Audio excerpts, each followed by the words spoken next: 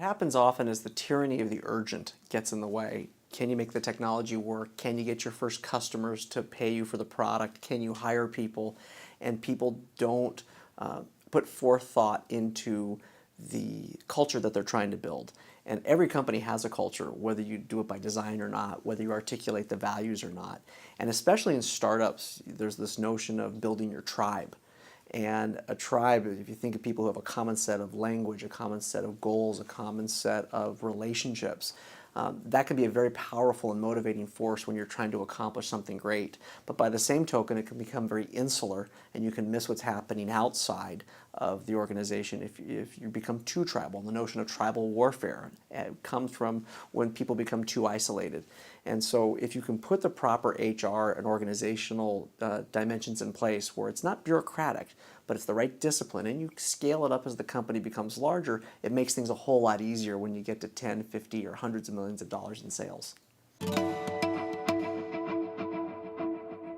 notion of HR often gets segmented off into benefits and vacation policy and onboarding and offboarding. But really it's about people development. It's about helping people grow into the job they're doing now and hopefully the next two jobs they'll be able to do later. So if you think of HR as the notion of the chief people officer, in many respects it's probably the most important function in a company.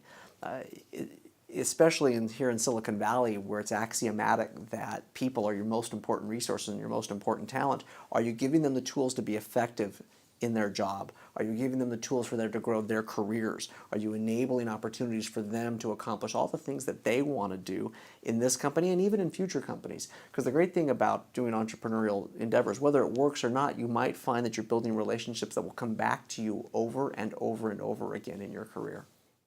The best companies have HR as an executive position at a seat at the table. The best companies are the ones that know that the people asset is the most important thing that you've got to focus on in people development. And that's acutely more important as we move to an increasingly knowledge-based global workforce. And so if you don't have a person with a seat at the table, you will not get the best people on your team.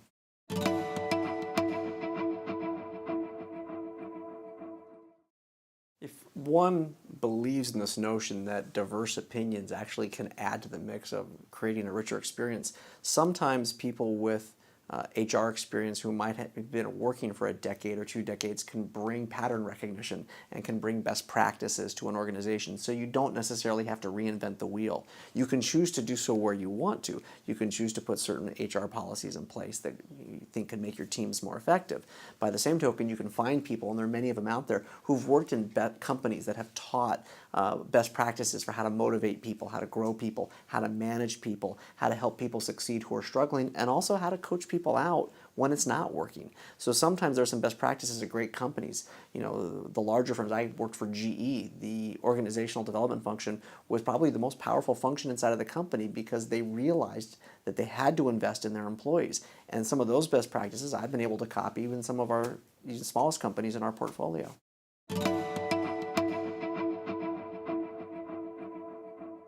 You ask people, ask them for feedback. You can pull them anonymously. There are a lot of tools and technologies that are out there where people can give feedback as to what's working and what's not working. Sitting down and having regular one-on-one sessions with your direct reports. What's working, what's not working. Doing it sometimes in an office, but sometimes going off-site and going to lunch in a more informal setting. And I think baking that into the DNA of the organization where it just becomes part of the natural conversation. I think young managers in particular are nervous. They're nervous because they've never led before. What if everyone figures out that they're making it up as they go along? When all of us were managers for the first time, once upon a time. And so if you ask your teammates, what are the things they'd like to see changed and improved? That's where you can find out what you need to do. It's actually not hard. It's not rocket science. The most important thing is to show up and do it. If you can build a culture of open communication, not avoiding hard issues and not just where everybody gets a hug, but you can give feedback to each other on what's working and what's not working, that's when it goes well. But when you don't have the ways, the signals, the language about how to talk about values, how to talk about behavior that's acceptable, that's when it goes off course. And a great example is in startups. If you have a teammate who is responsible for a set of tasks and they're not getting delivered on time or not to a high enough quality, how do you have that conversation with people when it's a collegial environment, you're working till 2 or 3 in the morning, maybe it's one of your co-founders. How do you say, hey, look, you're not getting the job done and you're letting the team down? How do you have that conversation in a way that is professional, it's directed, but it's also effective?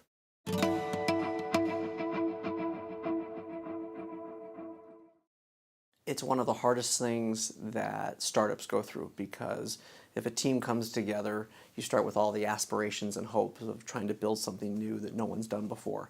And when one founder, perhaps if the skill set is not scaling as the company grows, or there's a personality conflict, how do you manage those situations professionally, but don't be afraid to make a change? Sometimes entrepreneurs are afraid that they'll be judged incorrectly, or they'll be judged that they did not hire well or choose well, and so they'll keep doing things over and over again that just make things worse, as opposed to actually tearing off the Band-Aid.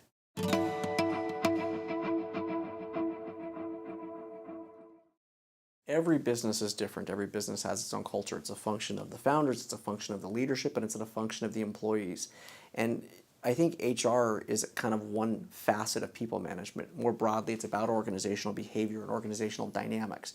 And so the tactics of human resource management is different than human resource development and people development. They might be in the same function, but if you really look at your team as how, when we grow as an entrepreneurial organization and we have that hyper going up and to the right, are we going to have the right team in place that's going to be able to scale with the organization? And if not, what type of people are we going to need at that moment in time to bring in? So you want to always be thinking ahead about how you're going to grow and build the organization and assume success, such that you can take advantage of the opportunity when it's there.